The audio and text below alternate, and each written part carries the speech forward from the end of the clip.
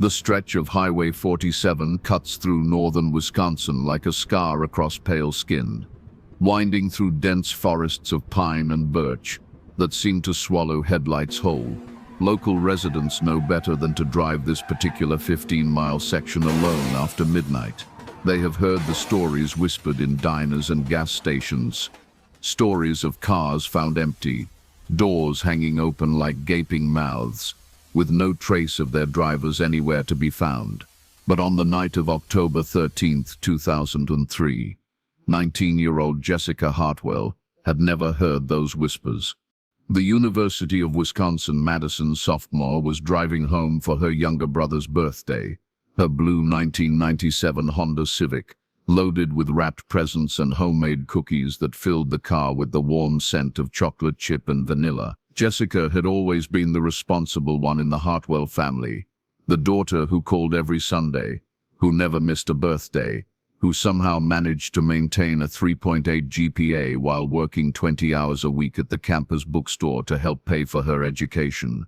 Her parents, Robert and Linda Hartwell, had raised their children in the small town of Pine Creek, population 2,847, where everybody knew everybody, and the most exciting thing that happened was the annual Harvest Festival each September. Jessica's decision to attend college, 2 hours away, had been a source of both pride and worry for her parents. Pride because she was the first in their family to pursue higher education, and worry because the world beyond Pine Creek felt vast and unpredictable. That Monday night, Jessica had finished her shift at the bookstore and loaded her car with birthday surprises for 16-year-old David. Her roommate, Kelly Morrison, later told investigators that Jessica had been in excellent spirits, excited about surprising David with a vintage baseball card she'd found at an antique shop near campus. The card, a 1922 Mickey Mantle rookie card in pristine condition, had cost Jessica 3 weeks' worth of tip money from her weekend job at a local diner, but she'd insisted it was worth it to see David's face light up. She was practically glowing when she left, Kelly would tell Detective Ray Kowalski weeks later, her voice thick with grief. Jess loved her family more than anything. She would have driven through a blizzard to make it home for David's birthday. At 11:47 p.m., Jessica's cell phone, a basic Nokia model that could barely maintain signal in the rural areas between Madison and Pine Creek, registered its last ping from a tower near the town of Millbrook, roughly 40 minutes from her destination. According to phone records, she had attempted to call her parents' landline at 11:52 p.m., but the call lasted only 3 seconds before disconnecting. Whether this was due to poor signal or something more sinister would become one of many questions that would haunt the case for years to come. The last confirmed sighting of Jessica alive came from Tommy Brennan, a night shift worker at the Millbrook Gas and Go.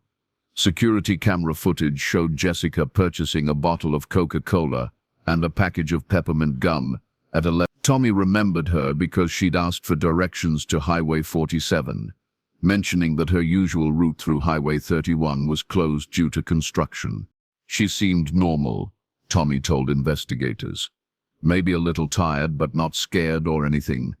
She thanked me for the directions and said she'd never taken that route before, but figured it couldn't be too difficult to follow.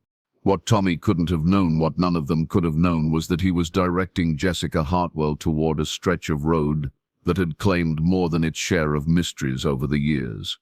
The first sign that something was wrong came at 7:15 a.m. on Tuesday, October 14th, when Linda Hartwell called the Pine Creek Sheriff's Department to report that her daughter had never arrived home. Jessica was supposed to wake David up for school with his birthday breakfast, chocolate chip pancakes shaped like baseballs, a tradition she'd maintained since he was 8 years old. When David wandered into the kitchen that morning to find his mother crying over a cold stove, he knew immediately that something terrible had happened. Sheriff William Bill Garrett had been keeping the peace in Pine Creek for 23 years, handling mostly drunk and disorderly calls, the occasional domestic dispute, and teens spray painting water towers. Missing person cases were rare, and missing person cases involving responsible college students like Jessica Hartwell were unheard of. But Bill Garrett was a thorough man, and he immediately dispatched Deputy Martinez to drive Jessica's usual route while he coordinated with neighboring jurisdictions. It was Deputy Martinez who made the first chilling discovery at mile marker 21 on Highway 47, marked the spot where Jessica Hartwell's Honda Civic sat nose deep in a drainage ditch. Its front bumper crumpled against a massive oak tree that had stood sentinel beside the road for over a century. The driver's side door hung open, moving gently in the autumn breeze like a broken wing. The car's headlights were still on, casting weak yellow beams into the murky water that had collected in the ditch from recent October rains. But Jessica was nowhere to be found. Deputy Martinez approached the scene with the careful precision of a man who had worked enough accident scenes to know that details mattered. The skid marks on the asphalt told a story of sudden braking. Approximately 30 feet of rubber burned into the road surface, suggesting Jessica had seen something that made her slam on her brakes. But what? The car itself presented a puzzle that would baffle investigators for weeks. Despite the impact with the oak tree, the damage was relatively minor. A cracked windshield, a bent hood, and a dented front bumper. The airbag had deployed, and there were no signs of blood inside the vehicle. Jessica's purse sat untouched on the passenger seat, containing $73 in cash, her driver's license, and 2 credit cards. Her cell phone was nowhere to be found. Most unsettling of all were Jessica's personal belongings, scattered around the car. Her shoes, a pair of white Nike tennis shoes she'd bought specifically for the long drive, were found 20 feet apart from each other, as if she'd been running and lost them in her haste. Her University of Wisconsin sweatshirt was discovered hanging from a low branch of a pine tree nearly 50 yards from the crash site, torn at the shoulder seam. Detective Ray Kowalski arrived at the scene at 1:15 p.m., bringing with him 18 years of experience with the Wisconsin State Police and a reputation for solving cases that other investigators had written off as unsolvable. A compact man with graying hair and the kind of patient demeanor that made witnesses want to confide in him. Kowalski took one look at the scene and knew he was dealing with something far more complex than a simple car accident. The positioning of the evidence didn't make sense, Kowalski would later write in his case notes. If Jessica had been injured in the crash and wandered away disoriented, her belongings would have been found along a logical path. Instead, they were scattered in a pattern that suggested either a struggle or deliberate placement. The first 24 hours of any missing person investigation are crucial, and Kowalski moved quickly to organize search teams. Volunteers from Pine Creek, Madison, and surrounding communities converged on the area around mile marker 20. They combed through dense forest, waded through swampy lowlands, and called Jessica's name until their voices gave out. Search dogs were brought in from Milwaukee, their handlers optimistic that Jessica's scent could still be tracked despite the time that had passed. But the dogs behaved strangely at the crash site. They would approach Jessica's car, circle it several times with obvious agitation, and then refuse to pick up any trail leading away from the vehicle. It was as if Jessica Hartwell had simply vanished into thin air. By the 3rd day of searching, a more troubling picture began to emerge. Kowalski's investigation into Highway 47's history revealed a pattern that local law enforcement had never connected or perhaps had chosen not to connect. Over the past 15 years, 7 vehicles had been found abandoned along this particular stretch of road, under circumstances that defied easy explanation. In 1989, a traveling salesman named Eugene Walsh had been found walking along Highway 47 in a state of complete confusion, unable to remember how he'd gotten there or what had happened to his car. His vehicle was discovered 3 miles away, undamaged but containing none of his personal belongings. Walsh insisted he had no memory of the previous 8 hours and seemed genuinely bewildered by his situation. He was treated for mild dehydration and released, but he never returned to his job and moved out of state within a month. In 1993, a young mother named Patricia Vance had called 911 from a payphone in Millbrook, claiming she'd been taken from her car while driving home from visiting her sister. When police found her vehicle, It was parked perfectly in a rest area along Highway 47, doors locked, keys on the dashboard. Patricia's 2-year-old daughter was asleep in her car seat, unharmed but somehow wearing completely different clothes than what her mother remembered dressing her in that morning. Patricia Vance refused to elaborate on what she meant by taken and moved to California with her daughter the following month. Each case shared similar elements. Vehicles found with no signs of mechanical failure, personal belongings either missing or arranged in inexplicable ways, and witnesses who either couldn't be found or refused to discuss their experiences. Local authorities had investigated each incident individually, but no one had ever looked at them as a pattern until Detective Kowalski began digging through decades of police reports in a cramped basement office in the Pine Creek courthouse. It was like pieces of a puzzle that had been sitting in different boxes for years, Kowalski called. Once you started laying them out together, the picture became impossible to ignore. The investigation into Jessica's disappearance expanded beyond the immediate crash site. Kowalski interviewed residents living along Highway 47, gas station attendants, truck drivers, and anyone else who might have been traveling the road that night. Most had seen nothing unusual, but a few reports stood out for their strangeness. Margaret Kinsley, an elderly woman who lived in a farmhouse about a mile from mile marker 23-1, told investigators she had been awakened around midnight by what she described as the loudest sound I have ever heard. When pressed for details, she struggled to articulate exactly what the sound had been, not quite mechanical, not quite animal, but something that had made her pull her covers over her head and pray for morning to come. It was like someone screaming, but not human screaming. Margaret told Detective Kowalski, her hands shaking as she poured him coffee in her kitchen. I have lived on this land for 67 years, and I have never heard anything like it. It went on for maybe 10 minutes, then just stopped. Dead silence after that. Even more unsettling was the account from Jake Morrison, a long-haul trucker who had been driving southbound on Highway 47 around 12:30 a.m. Jake reported seeing what he initially thought was a deer crossing the road near mile marker 23.5, but as he got closer he realized it was a person running through the trees parallel to the highway. Whoever it was, they were moving fast, Jake told investigators. Faster than any person should be able to move through those woods at night, and they seemed to be, I know this sounds crazy, but they seemed to be glowing slightly, like they were covered in phosphorescent paint or something. Jake had pulled over and honked his horn, thinking someone might need help, but the figure had disappeared deeper into the forest. He'd considered calling the police but decided against it, assuming he'd been mistaken about what he'd seen. It wasn't until he heard about Jessica's disappearance on the radio the next evening that he came forward with his story. The search for Jessica continued for 3 weeks, with teams covering over 200 square miles of forest and farmland. The Wisconsin National Guard was called in to assist, bringing specialized equipment and trained personnel. Local businesses donated food and supplies for the volunteers, and Jessica's story began attracting attention from regional media outlets. But as October faded into November and the first snow began to fall, hope began to fade as well. The decision to officially suspend the active search was made on November 7th, though Detective Kowalski made it clear that the investigation would continue. Jessica's case was far from closed.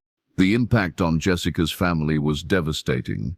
Robert Hartwell took a leave of absence from his job at the paper mill, spending his days driving the back roads around Pine Creek, searching for any sign of his daughter. Linda threw herself into organizing awareness campaigns and coordinating with other families of missing persons. David, who had just turned 16, aged years in the span of weeks, the light gone out of his eyes on what should have been one of the happiest birthdays of his young life. It's the not knowing that destroys you, Linda Hartwell told a reporter from the Milwaukee Journal-Sentinel 6 months after Jessica's disappearance. If something terrible happened to her, at least we could grieve properly. But this is like living in purgatory. Every phone call, every knock on the door, you think maybe this time it's news. Maybe this time we will finally know what happened to our daughter. The case file grew thick with witness statements, forensic reports, and investigative notes, but concrete answers remained elusive. Jessica's cell phone was never found, despite extensive searches using specialized equipment. Her disappearance remained classified as a missing person case, rather than a homicide, though privately many investigators suspected foul play. Years passed. Jessica's missing person posters faded and curled at the edges, replaced by newer tragedies and more recent appeals. The story was occasionally revisited by local newspapers on the anniversary of her disappearance, but public attention inevitably moved on to other mysteries, other families waiting for answers that might never come. Detective Kowalski retired in 2011, but he never stopped thinking about the case. In his home office, he kept a detailed timeline of events from October 13, 2003, along with photos of the crash site and copies of all the witness statements. Sometimes, late at night, he would spread the documents across his desk and study them for hours, convinced that the answer was hidden somewhere in the details, waiting for the right person to see the connection that everyone else had missed. The town of Pine Creek gradually learned to live with the mystery of Jessica Hartwell's disappearance, though her absence left a permanent scar on the community. The Hartwell family moved away in 2008, unable to bear living so close to the place where their daughter had vanished. The house they left behind remained empty for years, a reminder of a tragedy that had never found resolution. Highway 47 continued to wind through the Wisconsin forest, carrying its secrets beneath the moonlight. Travelers still disappeared occasionally along that stretch of road, though none received the attention that Jessica's case had generated. The pattern that Detective Kowalski had identified seemed to pause for several years after 2003, as if whatever force had been at work had gone dormant. But in 2016, 13 years after that October night when a college sophomore had set out to surprise her little brother with a birthday breakfast, a discovery would be made that would change everything. It would reopen wounds that had begun to heal and raise questions that no one was prepared to answer. The discovery would happen in a place that had been searched dozens of times over the years, in a location so obvious that its very obviousness had somehow made it invisible to investigators. And it would prove that Jessica Hartwell's story was far from over, that some mysteries refuse to stay buried, no matter how much time passes or how desperately people want to forget. On a cold morning in late March 2016, as the last snow of winter melted into the muddy earth and the first green buds appeared on the oak trees, a state highway maintenance crew would make a find that would bring Detective Kowalski out of retirement and force everyone involved to confront the possibility that they had been looking for Jessica Hartwell in all the wrong places. The crew member who made the discovery would later say, "He almost missed it entirely. It was only the particular way the morning sun caught the faded blue fabric that made him look up into the branches of the massive oak tree at mile marker 23-1. The same tree that Jessica's Honda Civic had crashed into on that October night 13 years earlier. Hanging from a branch 20 feet above the ground, moving gently in the spring breeze like a flag of surrender, was a University of Wisconsin sweatshirt that DNA testing would confirm had belonged to Jessica Hartwell. But this wasn't the same sweatshirt that had been found torn and hanging from a pine tree in 20. This was a different sweatshirt entirely, one that hadn't been in Jessica's car that night, one that her parents had no memory of her owning. And written across the chest in faded black marker, in handwriting that Jessica's family would swear was hers, were 4 words that would launch a new investigation and force everyone to reconsider everything they thought they knew about what had happened on Highway. "I'm still waiting here." The photograph that appeared on the front page of the Wisconsin State Journal on March 28, 2016, would haunt readers for weeks to come. Shot from below at an angle that emphasized the impossible height of the discovery, it showed a weathered University of Wisconsin sweatshirt hanging from the uppermost branches of the oak tree at mile marker. The image captured not just the physical evidence, but the profound wrongness of its placement. No person could have climbed that high, and no natural force could have deposited the garment so precisely in those particular branches. Detective Ray Kowalski, now 68 and officially retired for 5 years, stood in his former office at 6:30 a.m. on the morning after the discovery, studying crime scene photos with the same intensity he'd brought to the case 13 years earlier. The years had added lines to his face and gray to what remained of his hair, but his eyes still held the sharp focus of a hunter tracking prey through dark woods. The sweatshirt itself presented a puzzle that defied conventional investigation. Forensic analysis confirmed that the DNA extracted from skin cells in the collar fabric belonged to Jessica Hartwell, but the garment showed no signs of having been exposed to 13 years of Wisconsin weather. The fabric was faded but not deteriorated. The elastic cuffs still retained their shape, and most inexplicably, the black marker ink used to write the message showed no signs of running or fading despite countless storms that had passed through the area. "It's as if the sweatshirt was placed there yesterday," Dr. Emily Chen, the forensic analyst assigned to the case, told Kowalski during their first meeting. "The preservation is remarkable, almost impossible, given the environmental conditions it should have been exposed to." Even more disturbing was the handwriting analysis. 3 separate experts confirmed that the message "I'm still waiting here" had been written by Jessica Hartwell, matching samples from her college notebooks and personal letters. But the analysis revealed something that made Kowalski's blood run cold. The ink composition contained trace elements that weren't present in standard markers available in. The chemical signature suggested the message had been written sometime after 2010, using a brand of permanent marker that hadn't entered the market until 7 years after Jessica's disappearance. The implications were staggering. Either Jessica Hartwell had somehow survived whatever had happened to her that October night and had access to materials from years later, or someone with intimate knowledge of her handwriting had deliberately planted evidence designed to reopen the case. Both possibilities led to questions that Kowalski wasn't sure he wanted answered. The discovery triggered a media frenzy that dwarfed the original coverage of Jessica's disappearance. Cable news networks picked up the story, and within days, Highway 47 was clogged with reporters, curiosity seekers, and self-proclaimed paranormal investigators. The oak tree at mile marker 23-1 became an impromptu shrine, with visitors leaving flowers, candles, and handwritten notes pleading for Jessica to come home. But it was the response from Jessica's family that proved most heartbreaking. Linda Hartwell, now 53 and working as a victim's advocate in Denver, flew back to Wisconsin for the first time since leaving. The years had been kind to her physically, but Kowalski could see the psychological toll in the way she held herself, shoulders perpetually tensed, eyes that never quite focused on any one thing for long, hands that trembled slightly when she thought no one was looking. "I knew she was still out there," Linda told Kowalski during their reunion at the Pine Creek Diner, where Jessica had worked during high school summers. "A mother knows. I could feel her, all these years. People thought I was crazy, but I knew she was trying to tell us something." David Hartwell, now 29 and working as a paramedic in Milwaukee, had a different reaction to the discovery.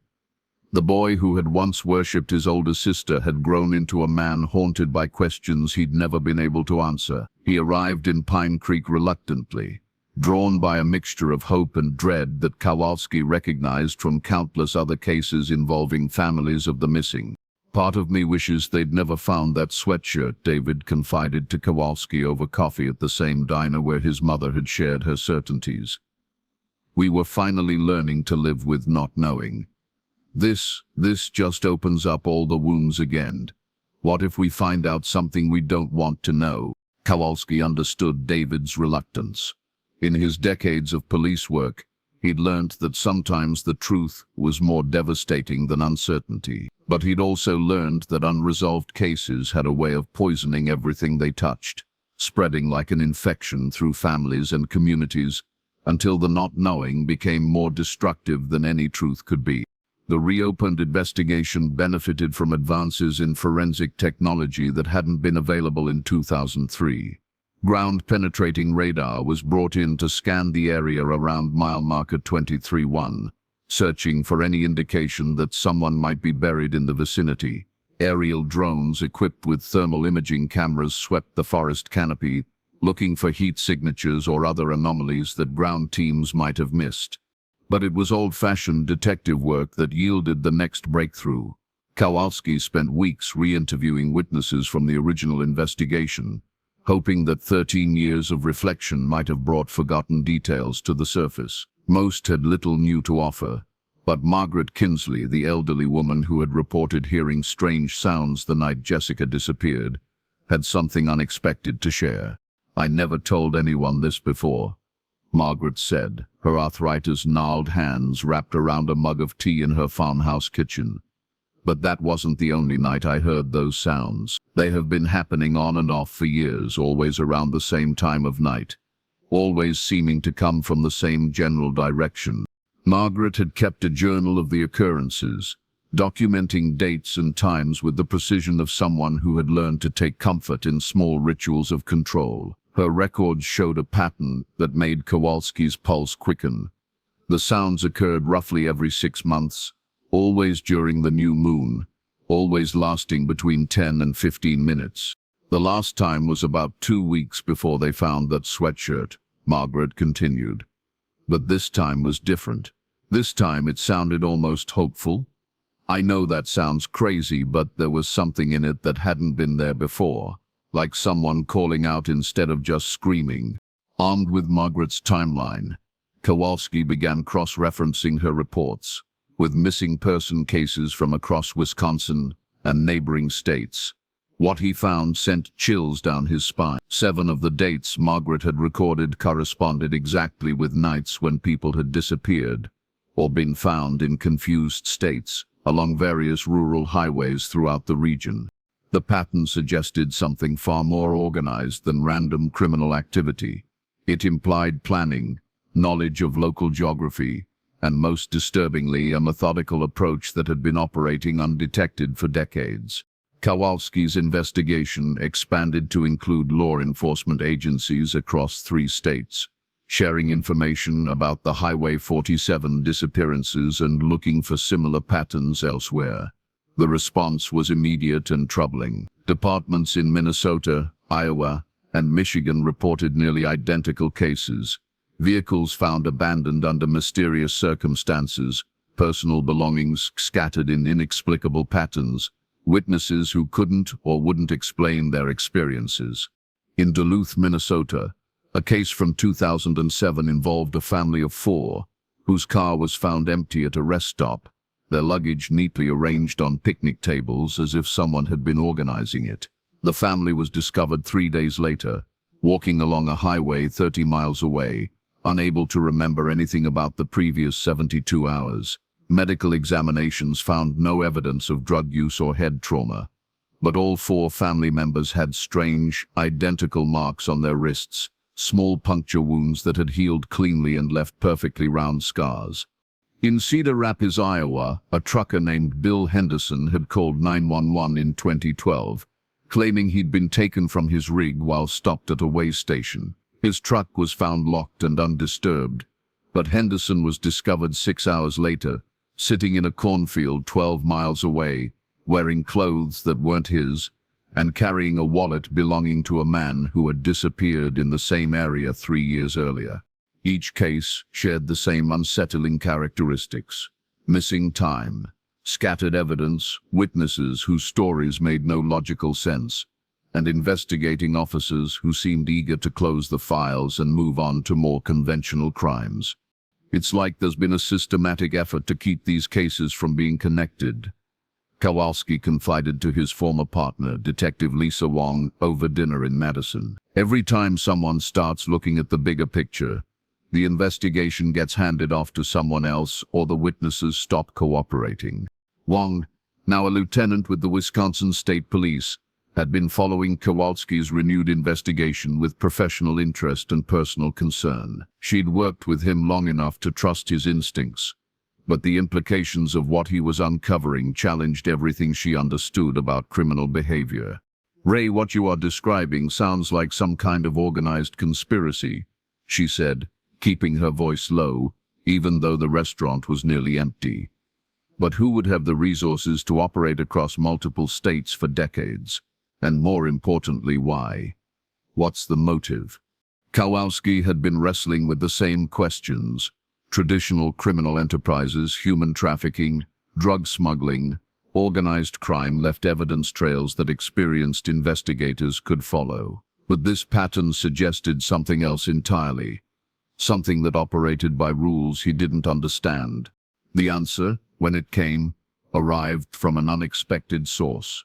Dr. Amanda Fletcher had been a graduate student in psychology at the University of Wisconsin in 2003, working on her dissertation about collective memory and shared traumatic experiences. She'd followed the Jessica Hartwell case closely, not because of any connection to the investigation, but because she'd been researching similar disappearances as part of her academic work. Now a professor at Northwestern University, Dr. Fletcher contacted Kowalski after seeing news coverage of the sweatshirt discovery. What she shared during their phone conversation would fundamentally change how Kowalski understood the case. "I have been tracking patterns like this for 15 years, Dr. Fletcher explained. Not as a law enforcement officer, but as a researcher studying anomalous psychological phenomena. What you are dealing with isn't criminal in any conventional sense. It's something else entirely." Dr. Fletcher's research had documented similar disappearance patterns in rural areas across the United States, all sharing common characteristics: isolated highways, heavily forested terrain, and reports of witnesses experiencing missing time or altered states of consciousness. Her academic papers, published in obscure psychology journals, described what she termed geographical discontinuity events, incidents where normal patterns of cause and effect seem to break down in specific locations. "The mistake investigators make is trying to apply conventional criminal psychology to these cases," Dr. Fletcher continued. "But what if you are not dealing with a criminal at all? What if you are dealing with something that operates outside our normal understanding of how reality works?" Kowalski had built his career on facts, evidence, and logical deduction. The idea that Jessica Hartwell's disappearance might involve forces beyond conventional understanding ran against every instinct he'd developed as an investigator. But he'd also learned to follow evidence wherever it led, even when it led to uncomfortable places. The breakthrough came in late April 2016, almost exactly 1 month after the sweatshirt discovery. A construction crew working on highway improvements near mile marker 23.5 uncovered something that would force everyone involved to confront possibilities they'd never considered. Buried 18 inches beneath the asphalt of Highway 47, wrapped in a waterproof tarp that showed no signs of deterioration despite being underground for decades, workers found a metal box containing dozens of personal items that had belonged to people who had disappeared along the highway over the past 30 years.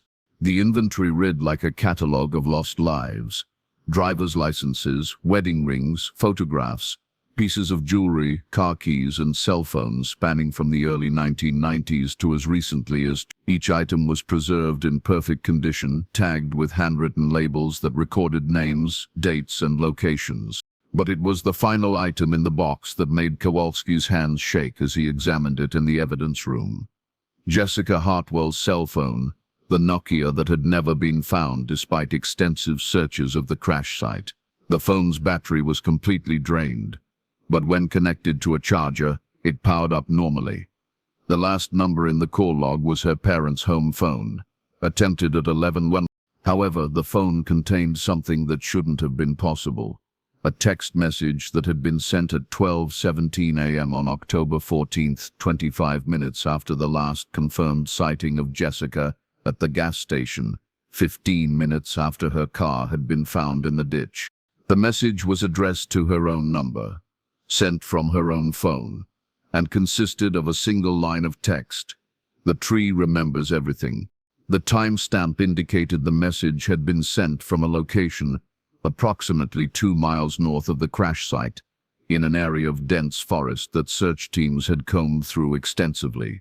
But according to cell tower records, There had been no signal in that area in 2003. The towers hadn't been upgraded to provide coverage in that particular dead zone. Kowalski stared at the phone's small screen, feeling the familiar sensation of a case shifting beneath his feet like unstable ground.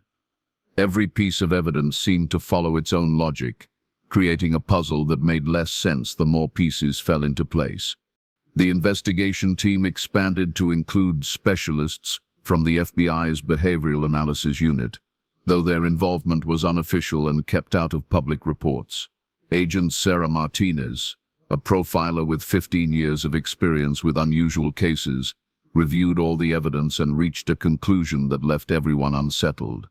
"This doesn't fit any known pattern of criminal behavior," Agent Martinez told the assembled investigators during a closed briefing.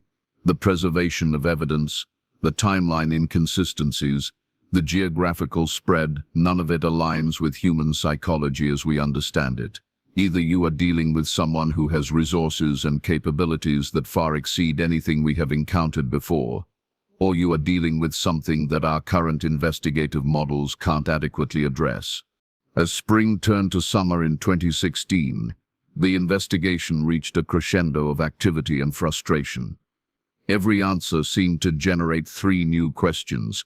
Every piece of evidence challenged assumptions that had guided the case from the beginning. The media attention intensified, bringing unwanted scrutiny from conspiracy theorists, paranormal investigators, and curiosity seekers who turned mile marker 23-1 into a pilgrimage site for those seeking answers to mysteries that might not have solutions.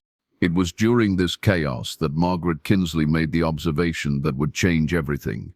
On the night of June 20th, 2016, the summer solstice, Margaret was awakened once again by the sounds that had haunted her for so many years. But this time, instead of pulling her covers over her head and waiting for morning, she got out of bed and walked to her kitchen window, the one that provided a clear view of the forest where Highway 47 disappeared into darkness. What she saw defied every rational explanation she could construct. The oak tree at mile marker 23-1, the same tree where Jessica's car had crashed and where her sweatshirt had been found, was glowing with a soft, phosphorescent light that seemed to pulse in rhythm with the sounds that had awakened her. The glow wasn't electric or artificial, it seemed to emanate from within the tree itself, as if the ancient wood had become a beacon calling across the darkness. And walking toward the tree, moving with the peculiar gait of someone navigating terrain only they could see, was a figure that Margaret recognized with a certainty that made her blood freeze in her veins. It was Jessica Hartwell, looking exactly as she had 13 years ago, carrying something in her hands that reflected the tree's ethereal light. She walked with purpose, as if she had been making this same journey for years, as if this was simply another night in a routine that had become as natural as breathing. Margaret watched, transfixed, as Jessica approached the tree and placed her hands against its bark. The glow intensified, and for a moment Margaret could swear she saw other figures in the light, dozens of them, all moving in the same purposeful manner, all converging on the oak tree that had stood sentinel beside Highway 47 for longer than anyone could remember. Then, between one blink and the next, they were gone. The light faded, the sounds stopped, and the forest returned to the ordinary darkness of a Wisconsin summer night. Margaret stood at her window until dawn broke, staring at the tree that looked completely normal in the gray morning light, trying to convince herself that she had been dreaming. But deep in her heart she knew she had witnessed something that would haunt her for the rest of her day. And she knew, with the absolute certainty of someone who had been keeping vigil for 13 years, that Jessica Hartwell was still out there, trapped in some space between missing and found, between lost and rescued, waiting for someone to understand the message she'd been trying to send.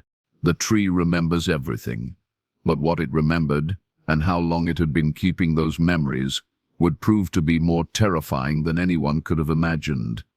The emergency call came in at 3:47 a.m. on June 21st, 2016, just hours after Margaret Kinsley had witnessed the impossible at mile marker 20. The caller was Tommy Brennan, the same gas station attendant who had given Jessica directions 13 years earlier, and his voice carried the raw terror of a man who had seen something that challenged his understanding of reality. "There's someone at the station," Tommy whispered into the phone, his words barely audible over the sound of his own ragged breathing. "She's been standing by pump number 3 for the past hour, but she's not really there. I can see through her."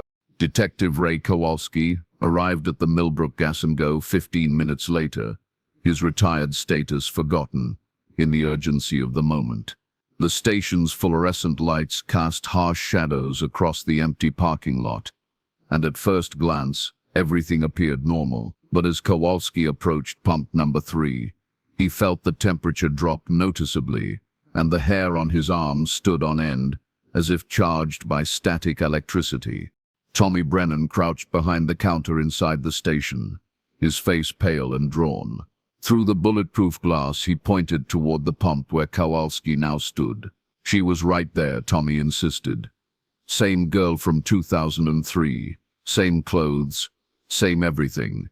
But when I tried to talk to her through the speaker, she just stared at me like she couldn't hear, like she was looking through me at something else entirely." Kowalski examined the area around pump 3 with the methodical precision that had defined his career. The concrete showed no footprints, no evidence that anyone had been standing there recently. But when he placed his hand on the pump handle, the metal was ice cold despite the warm June night, and he could swear he detected the faint scent of vanilla and chocolate chip cookies, the same scents that had filled Jessica's car on the night she disappeared. The security camera footage from that night would become one of the most analyzed pieces of evidence in the case file. For exactly 63 minutes, from 2:44 a.m. to 3:47 a.m., the cameras recorded what appeared to be Jessica Hartwell standing motionless beside pump number 3. But the image was translucent, wavering like heat mirage, and occasionally she would fade from view entirely before slowly becoming visible again. Most disturbing was what the footage revealed about Jessica's behavior. She wasn't simply standing idle, she was clearly engaged in some kind of activity. Her hands moving as if she were pumping gas into an invisible car, her head turning to look at things that weren't there. Several times she appeared to be speaking to someone outside the camera's range, her mouth moving in animated conversation with unseen companions. Dr. Amanda Fletcher flew in from Chicago the next morning, bringing with her specialized equipment that she claimed could detect the kind of anomalous energy signatures associated with geographical discontinuity events. Her instruments, devices that looked more like science fiction props than scientific equipment, registered off-the-charts readings at both the gas station and mile marker. "What you are dealing with is a temporal displacement zone," Dr. Fletcher explained to the assembled investigators, her voice carrying the certainty of someone who had spent years studying phenomena that others refused to acknowledge. "Time doesn't flow normally in these areas. Past, present, and future become fluid, overlapping in ways that create pockets where people can become unstable." The concept was almost impossible for Kowalski to accept, but the evidence was becoming undeniable. The preserved condition of Jessica's belongings, the timeline inconsistencies, the impossible placement of evidence, all of it pointed towards something far beyond conventional criminal activity. Dr. Fletcher's research had identified similar zones around the world, always in areas with specific geological characteristics: deep limestone caves, underground water systems, and unusual electromagnetic properties in the earth itself. Highway 47 ran directly over one of Wisconsin's largest limestone cave systems, a network of underground chambers that had never been fully mapped or explored. The indigenous peoples who lived in this area before European settlement had stories about this land. Dr. Fletcher continued, consulting notes from her extensive research. They called it the place where time sleeps, and considered it sacred and dangerous. They built no permanent settlements within a 5-mile radius of what is now mile marker 2. Armed with this new understanding, Kowalski authorized a more extensive search of the cave system beneath Highway 47. A team of experienced spelunkers, equipped with the latest mapping technology, descended into the limestone depths that honeycombed the earth below the infamous stretch of road. What they found, 40 feet below the surface in a chamber that showed no signs of natural formation, would provide the answers that everyone had been seeking and raise questions that no one was prepared to confront. The cavern was perfectly circular, approximately 30 feet in diameter, with walls that had been carved with symbols that predated any known Native American writing systems. The floor was covered with personal belongings from dozens of missing persons cases spanning nearly a century. Clothing, jewelry, photographs, and identification documents, all arranged in precise patterns that suggested ritualistic purpose. But it was the center of the chamber that made the search team's lights flicker and their compasses spin wildly. Growing up through the limestone floor, its massive trunk disappearing through an opening in the ceiling 40 feet above, was the root system of the oak tree at mile marker. The ancient tree's roots had penetrated deep into the earth, creating a connection between the world above and whatever existed in the mysterious chamber below. Carved into the tree's exposed roots were hundreds of names, dates, and brief messages, a record of everyone who had been taken by the temporal anomaly over the decades. Jessica Hartwell's name was there, along with the date of her disappearance, but the carving looked fresh despite being 13 years old. Below her name, in the same handwriting that had appeared on the sweatshirt, was a longer message. "We are between the moments. We guard the threshold. The tree keeps us safe until someone understands." The implications were staggering. Jessica and the others hadn't been murdered or kidnapped in any conventional sense. They had been pulled into some kind of temporal pocket, existing in the spaces between seconds, trapped in a state that was neither fully alive nor completely dead. Dr. Fletcher's instruments detected massive electromagnetic fluctuations emanating from the tree's root system, energy signatures that spiked dramatically during the new moon phases that corresponded with Margaret Kinsley's reports of strange sounds. The tree itself had become a kind of anchor point, keeping the displaced souls tethered to their original timeline while they existed in their strange liminal state. "They are trying to communicate," Dr. Fletcher explained to Kowalski as they stood in the chamber, their voices echoing strangely off the carved walls.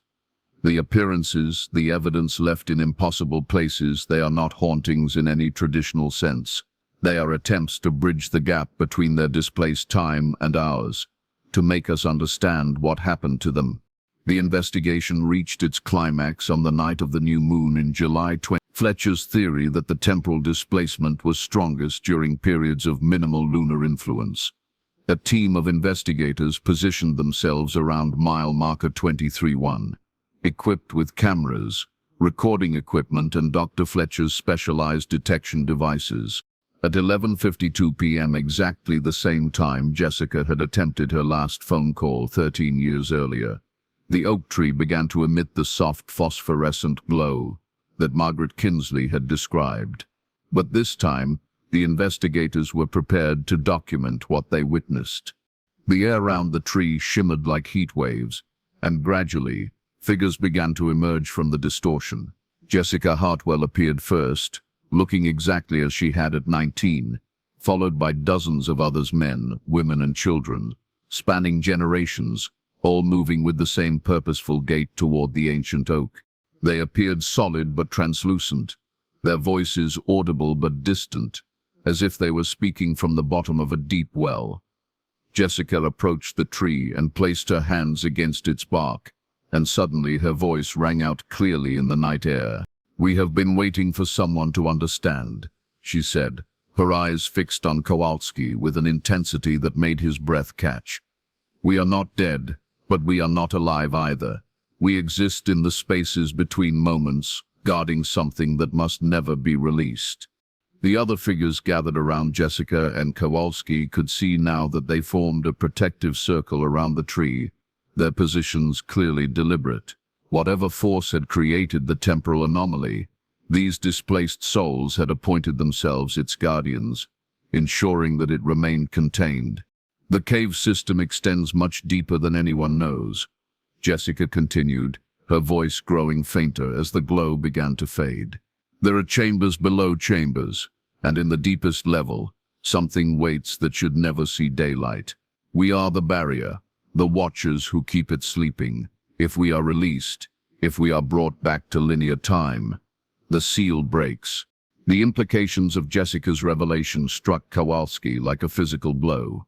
The missing persons weren't victims, they were volunteers, souls who had been chosen, or who had chosen to sacrifice their normal existence to contain something far more dangerous than anyone had imagined. "What about your family?" Kowalski called out desperately as Jessica's image began to fade. "Your parents, your brother, they need to know you are alive." Jessica's response carried infinite sadness, but also unwavering resolve. "Tell them I'm where I need to be. Tell them I'm protecting everyone I love, including them." The tree remembers everything, and now it remembers that someone finally understood. The glow faded, the figures disappeared, and mile marker 23-1 returned to the appearance of an ordinary roadside in the Wisconsin forest. But nothing would ever be ordinary about that stretch of Highway 47 again. The official investigation concluded with a report that sanitized the supernatural elements while acknowledging the unusual circumstances surrounding the case. Jessica Hartwell was reclassified from missing person to presumed deceased. Though the details of that presumption were kept confidential, the cave system beneath Highway 47 was sealed and declared off-limits to the public, officially due to geological instability. Detective Kowalski retired from police work permanently, but he maintained an unofficial vigil over mile marker 23-1, checking on the area regularly and keeping detailed records of any unusual activity. Fletcher's research was quietly defunded, and her academic papers on geographical discontinuity events were relegated to obscure journals that few people read. The Hartwell family was given a private briefing about the investigation's conclusions, though the full truth was shared only with Linda, who seemed to understand instinctively what her daughter had become. Robert Hartwell couldn't accept the explanation and moved to Florida, where he spent his remaining years convinced that Jessica was still alive somewhere and would eventually come home. David Hartwell returned to his work as a paramedic, carrying with him the knowledge that his sister had made the ultimate sacrifice to protect others. Margaret Kinsley lived for 3 more years after the final investigation, continuing to report occasional sounds and lights from the direction of mile marker 2. When she passed away peacefully in her sleep in 2019, her will included a strange bequest. Her farmhouse was to be donated to the state as a research station, with the stipulation that someone must always be present to watch over the forest and report any unusual activity. The disappearances along Highway 47 stopped almost entirely after the summer of 2016, as if Jessica's message had been received and understood. Occasionally, travelers reported seeing figures walking among the trees near mile marker 23-1, but these sightings were distant and peaceful, rather than frightening. The watchers were still at their posts, still maintaining their vigil over whatever slept in the depths below. Tommy Brennan eventually sold the Millbrook Gas and Go and moved to Arizona, unable to forget the night he had pumped gas for a customer who existed between the seconds. The new owners reported no unusual activity, though they did notice that pump number 3 required frequent repairs and seemed to malfunction only during the new moon. Highway 47 remains open to traffic, though a historical marker now stands near mile marker 23-1, commemorating the lives of those who disappeared along the route without revealing the truth about their fate. The marker's inscription reads simply, "In memory of the guardians who watch over us, even when we cannot see them." The oak tree continues to grow, its branches reaching ever higher toward the sky, its roots extending ever deeper into the earth. Local folklore has transformed it into a shrine of sorts, where people leave flowers and notes for loved ones they have lost. Most visitors never know that they are paying respects to souls who chose to sacrifice their place in linear time to protect the world from something far more terrifying than death. Dr. Fletcher's research continues, though under different auspices and with funding from sources that prefer to remain anonymous. She has identified 17 similar sites around the world, each marked by unexplained disappearances and geological anomalies that suggest the presence of temporal displacement zones. Her work suggests that Jessica Hartwell's sacrifice was not unique, that throughout history, certain individuals have been called to stand guard over thresholds that must never be crossed. The case file for Jessica Hartwell's disappearance remains officially closed, but copies of the complete investigation, including the supernatural elements that were omitted from public reports, are stored in a secure facility where they can be accessed by future investigators who might encounter similar phenomena. Detective Kowalski's final note in the file serves as both a warning and a promise. To whoever reads this, Jessica Hartwell is not missing. She is exactly where she needs to be, doing exactly what she was meant to do. The tree remembers everything, and now we remember too. Some mysteries are meant to be solved, not by bringing the missing home, but by understanding why they chose to stay away. May God watch over the watchers, and may we never have cause to disturb their vigil. On quiet nights, when the moon is dark and the wind moves through the branches of the oak tree at mile marker 23-1, locals sometimes report hearing voices carried on the breeze, not crying for help or pleading to be rescued, but singing softly, the way people sing when they are keeping watch through the long hours until dawn. The words are never clear, but the melody is unmistakably one of protection, of love that transcends time and space, of souls who found their purpose in guarding others against dangers they cannot see. Jessica Hartwell went missing on October 13, 2003, but she was never really lost. She found her way to exactly where she needed to be, in the space between heartbeats, between breaths, between the tick and the tock of clocks that measure ordinary time. She became a guardian of thresholds, a keeper of secrets that the world is safer not knowing. And on the anniversary of her disappearance each year, without fail, a fresh bouquet of flowers appears at the base of the oak tree at mile marker 23-1. The flowers are always chocolate cosmos and vanilla-scented carnations, Jessica's favorite combination, according to her mother. No one has ever seen who leaves them, but everyone understands that they are a message from a daughter who found a way to keep protecting her family long after she stopped being able to come home for birthday breakfasts and Sunday phone calls. The case of Jessica Hartwell is officially closed, but her story continues in the whisper of wind through ancient branches, in the phosphorescent glow that sometimes emanates from trees that have stood too long in places where time doesn't behave the way it should, and in the comfort that comes from knowing that somewhere, in the spaces between moments, guardian angels watch over us with the dedication of a college sophomore who never stopped loving her little brother enough to miss his 16th birthday. Some people are meant to be found. Others are meant to be where they cannot be found, standing watch over mysteries that are bigger than any one life, any one family, any one moment in ordinary time. Jessica Hartwell chose her place between the seconds, and she has never once looked back. The tree remembers everything. And now, finally, so do we.